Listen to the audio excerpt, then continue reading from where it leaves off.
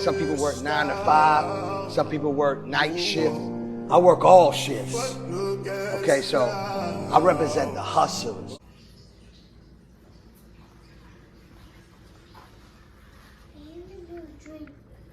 The floor alone is, oh, goodness gracious.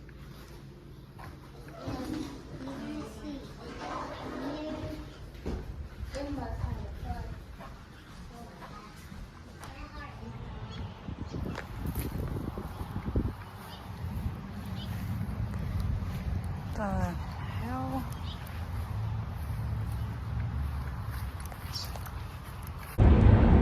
All right, so these are the things that you want to have price points for when doing your Airbnb property cleaning. Okay, you want to have a cleaning fee for just your regular turnover. You want to have a cleaning fee for if they allow pets. What are you going to charge? You want a cleaning fee for a deep cleaning.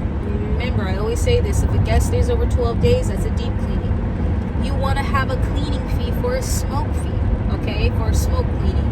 Meaning you are having to get rid of the marijuana smell. You can't make any promises, of course, but you want to do some type of oxidation process.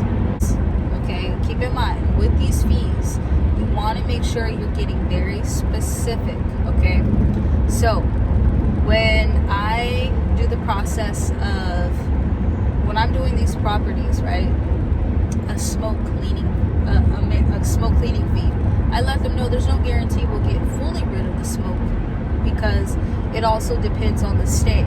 If someone's checking in the same day, and they probably smoked in there for so long, for so many days, it can still smell of marijuana. However, I just let them know there's no guarantee. A pet fee, you want to make sure you can't guarantee that all the pet hair will be gone. Now, if there's dog waste in the yard, how much are you going to charge? Do you do that service, or are you saying that you don't? Okay. The deep cleanings. What does the deep cleaning entail? Are you pulling out the refrigerator and getting behind and underneath the refrigerator? Are you cleaning behind the stove, on the side of the stove, like from the counter space? What does your deep cleaning entail? Then also, I do want to talk about this because I do feel like this is very important. This is something that I've learned with this process of growing my Airbnb cleaning company is, what do you do when you arrive right when the checkout time is? When you arrive right at checkout, okay? I let my cleaners know, I give them a window of time, arrival window, okay? And with that window arrival time, I don't want them to be there exactly at 10, because sometimes guests are either leaving at that time, leave 20 minutes after, 30 minutes after, or sometimes they actually have left on time, okay? But sometimes you will run into incidents where you arrive and they are still there. What do you do? Because mind you, it may be okay for you to wait because you're a solo cleaner, but say that you have contractors, employees there, especially employees. What are you going to do? Are you charging? This is what I've done. Anytime I have people that are still there, I let my host know prior on my company policy. If the guest decides that they would like to stay longer, they have to let you know an hour before checkout time. If I do not receive that information, then there will be a fee. Okay? Now say that I get there and they didn't let you know that they're checking out late or anything, and I got there and I gave them a 15-minute grace period and they are still there after 15 minutes, there is a fee. Okay? For so many 15-minute increments. Also, there is a fee if I get there, you already told me that they're checking out late, okay? But I still get there and they still have not checked out. There is a fee. Okay, this is what you need to do, because even with Evolve, okay, because I ran into an incident just a couple of days ago. As you can see, it was a bunch of people. And when I tell you this place was nasty, oh my God. Thank God the upstairs wasn't nasty, but the bottom was filthy as hell. And they had 2 dogs, okay? 2 dogs. Okay, so that is why you just in case, because people will be sneaky, okay? And even though that the host is not going to allow pets, still have a pet fee for just in case there are any pets, okay? You need to keep that in mind. Please keep that in mind, okay? Even with Evolve, because Evolve will reimburse the host, okay? Now, this particular property, they do not allow pets. However, there were 2 dogs when I arrived. 2 dogs. And they didn't check out till almost 2:30, okay? 2:30, all right?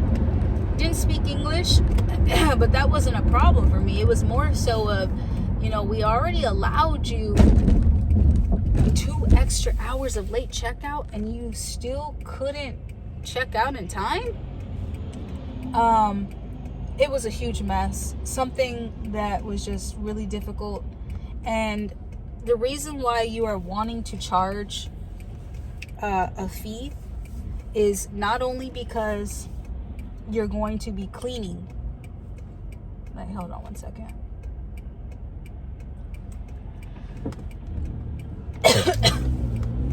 Not only are you going to want to be charging a fee because they checked out late and didn't notify you, it is also because they also need to ask you for approval.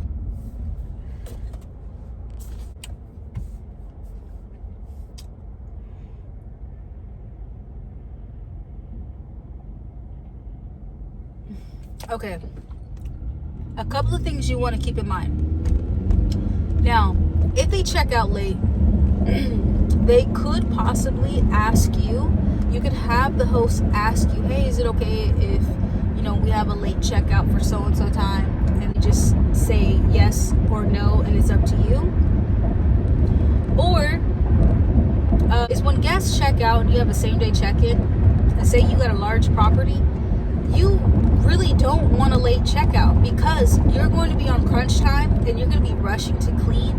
You're not going to be doing a very, very thorough job and really take your time because you're on crunch time and you have to get this place ready to go because you never know when the guests are going to be there, right? I don't always communicate with the guests letting me know, hey, I'm going to be here exactly at 4 o'clock. You know what I mean? Like sometimes they show up a little bit earlier than 4 or a little bit earlier than 3.